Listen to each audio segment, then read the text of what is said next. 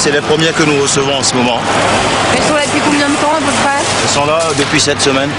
Pour appâter les acheteurs, ce magasin a sorti le grand jeu. Les fraises sont vendues à prix coûtant en tête de gondole.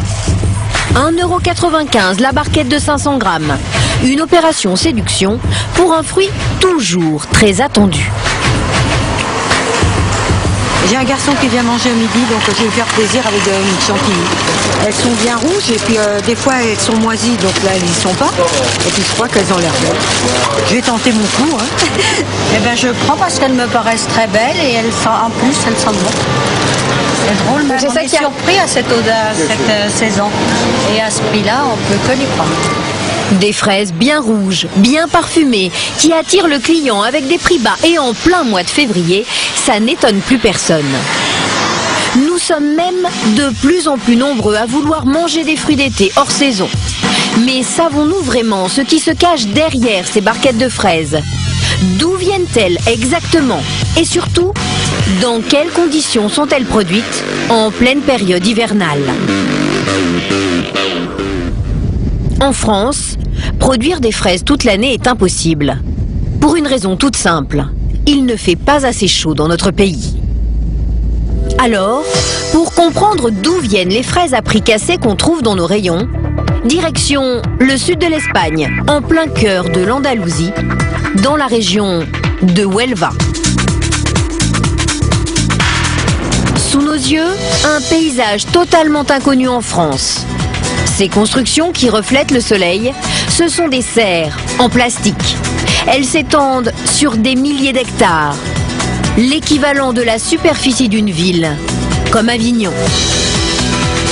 À l'intérieur de ces tunnels de plastique, des fraisiers qui produisent en moyenne plus d'1,5 tonne de fruits chaque jour. 2 fraises sur 3 consommées chaque année en France viennent d'ici. Nous sommes dans l'usine à fraises de l'Europe.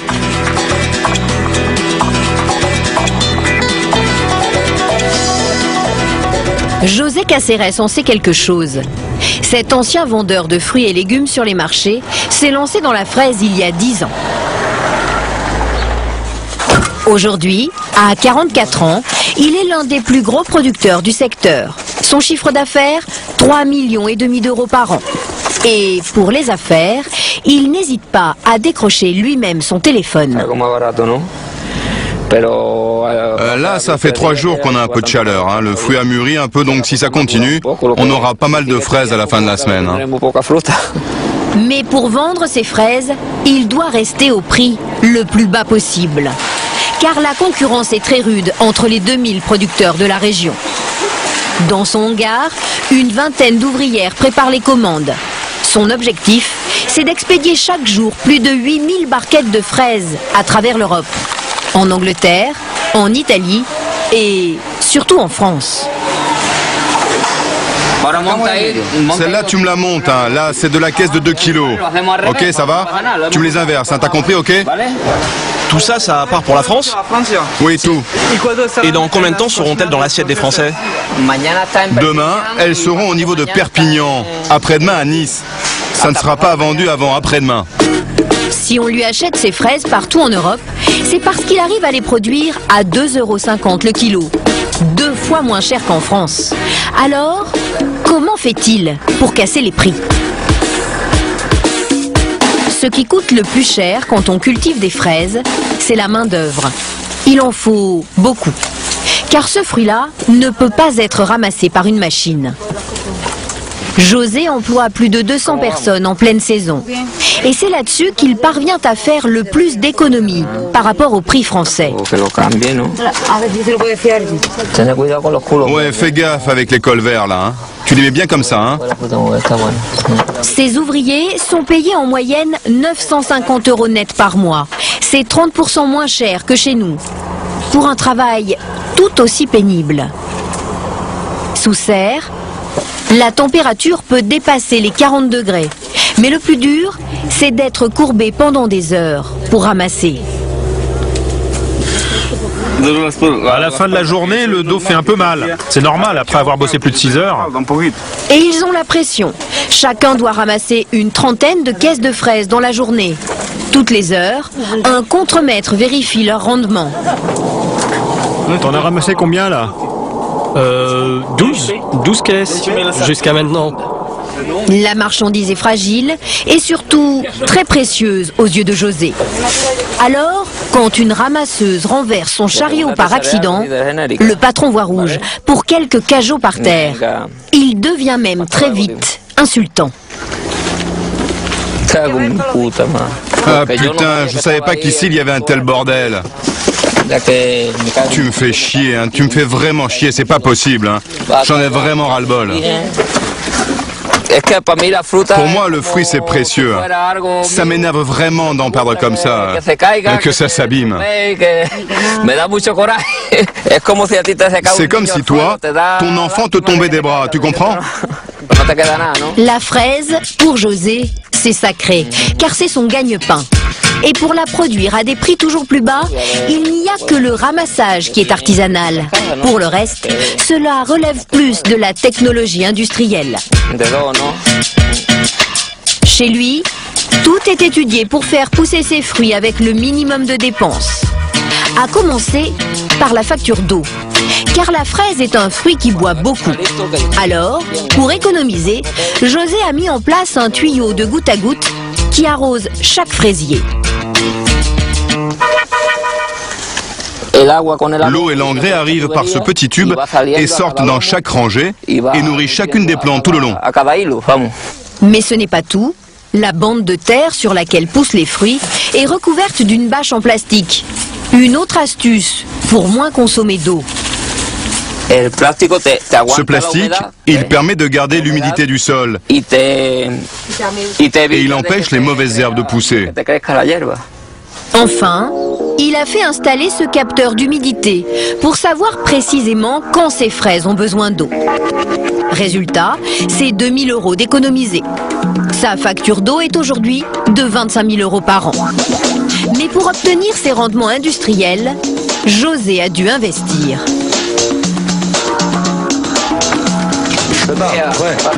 Il s'est offert les services de Paco Oreda, un ingénieur agronome.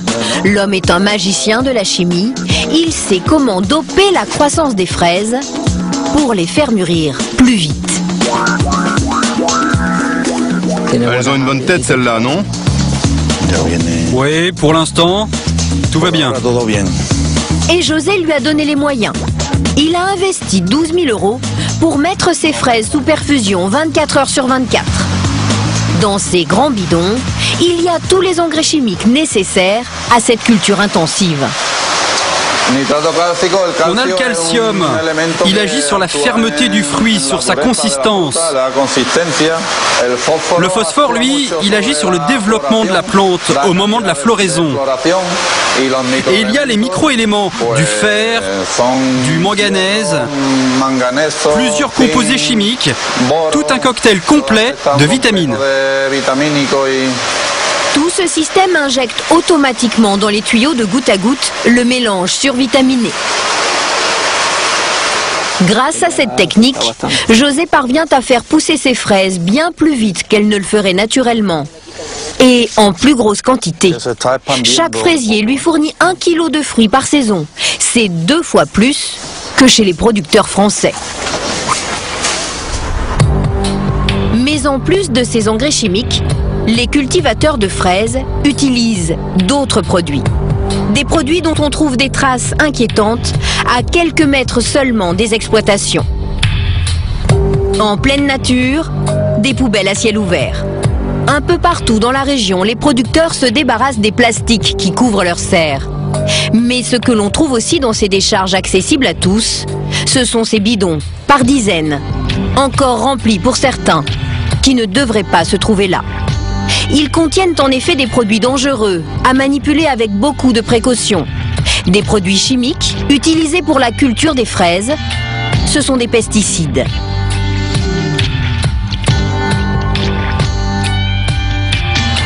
Voici l'un des magasins où les agriculteurs viennent acheter ces pesticides.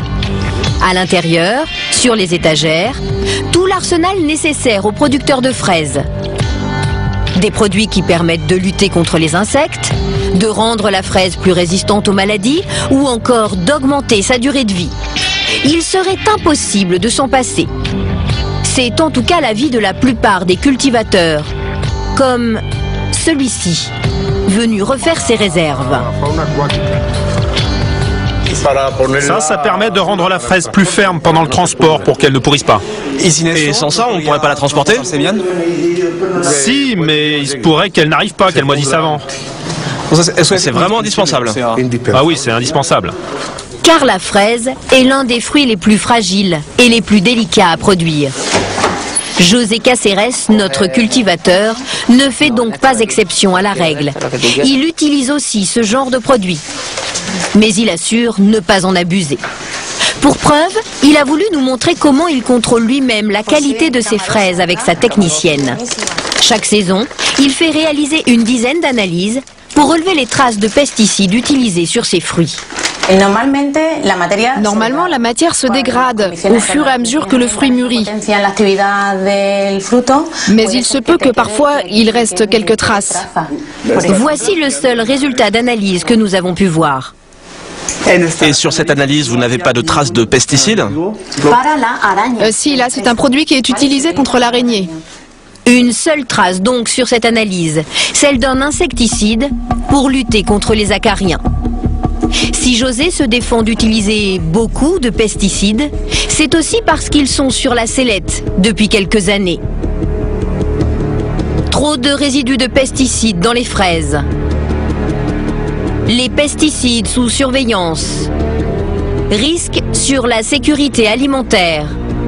Ces produits sèment l'inquiétude. Alors, sont-ils vraiment dangereux? Et combien de traces de pesticides différents peut-on trouver dans les fraises venues d'Espagne?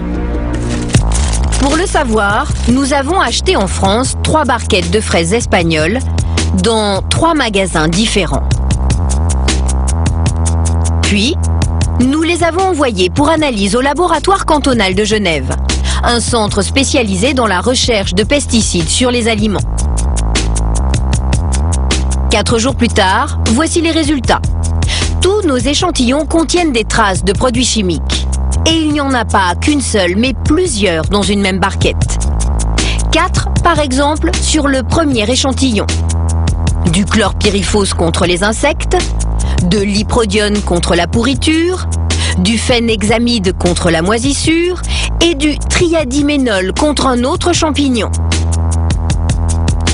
4 pesticides aussi sur la deuxième barquette et même 5 produits différents sur notre dernier échantillon. Il y a des traces certes, mais c'est parfaitement autorisé.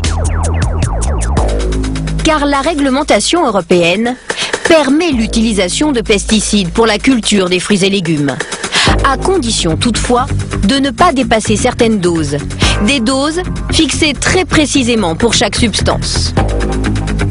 Pour nos 3 barquettes, comme pour les fraises analysées par notre producteur, nous sommes bien en dessous de ces normes. Par exemple, ici, pour l'iprodione, notre échantillon en contient 0,47 mg, quand la limite à ne pas dépasser est fixée à 15 mg par kilo de fraises. A priori, il n'y a donc aucun problème. Mais alors, combien de pesticides différents les producteurs peuvent-ils utiliser en même temps sur leurs fraises ? Sur ce point-là, il n'existe aucune réglementation européenne. Du coup, les cultivateurs, qu'ils soient français ou espagnols, font ce qu'ils veulent. Ils peuvent traiter leurs fruits avec autant de produits différents qu'ils le souhaitent. Un cocktail de pesticides qui pourrait avoir une incidence sur notre santé.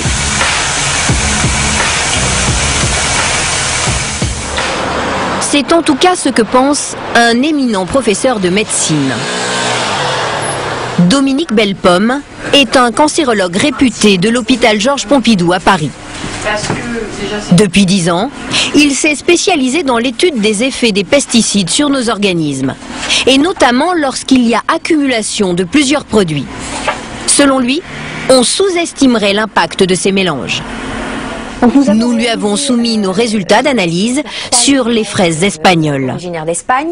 Les doses sont inférieures aux normes. Elles sont toutes inférieures aux normes.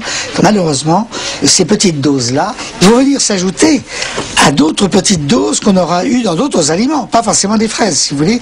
Autrement dit, ce n'est pas la dose qui fait le poison, mais c'est la répétition des doses. Le professeur Bellepomme n'est pas le seul à penser que l'accumulation de pesticides pourrait avoir une incidence sur la santé. Plusieurs études réalisées, surtout par des scientifiques anglo-saxons, établissent un lien entre certains pesticides utilisés en même temps et certains types de maladies. Celle-ci, par exemple, effectuée par le Centre d'études sur le cancer de l'Université du Michigan. Les résultats montrent le rôle joué par le mélange de produits chimiques dans l'apparition de cancer du sein. Ainsi, les scientifiques ont testé 3 pesticides différents sur des rongeurs. Voici leurs conclusions. Le DDT, le dieldrine et le toxaphène peuvent accélérer le développement du cancer du sein. Pour le professeur Bellepomme, la mise sur le marché de ces produits chimiques va bien trop vite par rapport à la science. Les citoyens que nous sommes, la société civile, est un véritable cobaye. C'est-à-dire qu'on met sur le marché des substances qui sont insuffisamment étudiées au niveau de l'épidémiologie bien sûr, mais de la toxicologie et de la biologie, et ce qui fait qu'on est obligé de les retirer une fois qu'on a vu qu'il y avait des méfaits sanitaires. Toutes ces recherches scientifiques ont fini par trouver un écho. La Commission européenne s'est penchée sur cette grave question de santé publique. En 2006, elle a pris des mesures pour interdire l'usage d'un pesticide, l'endosulfan, un insecticide très couramment employé notamment sur les fraises. Aujourd'hui, il est accusé d'avoir des effets néfastes sur le foie, les reins et le système nerveux. Pourtant, cela faisait 30 ans qu'il était utilisé par tous les agriculteurs européens en toute ignorance du danger. Alors, existe-t-il une solution pour manger des fraises sans aucun pesticide? Certains producteurs espagnols le pensent et se sont lancés dans un nouveau type de production. Elle est dans les belles fraises, allez! Retour dans la région de Huelva, au sud de l'Espagne. Juan María Martínez cultive des fraises sans produits chimiques depuis 8 ans. À première vue, son exploitation ressemble à toutes les autres. Difficile de différencier ces fraises des autres fraises. Et pourtant... En moyenne, nos fruits pèsent entre 20 et 25 grammes. Les fraises traditionnelles, c'est plutôt 35-40. Leur fruit est beaucoup plus gros. La petite taille de ces fruits, ce n'est pas le seul souci de Juan María. Pourquoi tu m'en jettes autant? Celle-là, elle est pas si mauvaise. Et celle-là, si elle est un peu déformée, tu t'inquiètes pas, tu la présentes du bon côté, c'est tout. Le problème de ce producteur, c'est que la culture de fraises sans pesticides est bien plus risquée.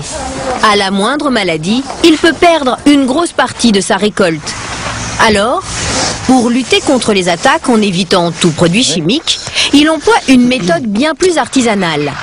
Par exemple, quand il veut lutter contre l'ennemi juré de la fraise, les araignées rouges. Nous, on utilise une bouteille, comme ça. Celle-là, c'est pour les araignées rouges. Elle contient des insectes microscopiques. Et on l'applique directement sur la plante. De tout petits insectes qui vont manger les araignées sur les feuilles. Le remède est moins efficace qu'un produit chimique et prend 10 fois plus de temps, car tout se fait manuellement, plan par plan. Même chose pour le désherbage. Ici, pas d'herbicide chimique, on arrache les mauvaises herbes à l'ancienne. L'opération, répétée plusieurs fois par mois, mobilise 6 ouvriers.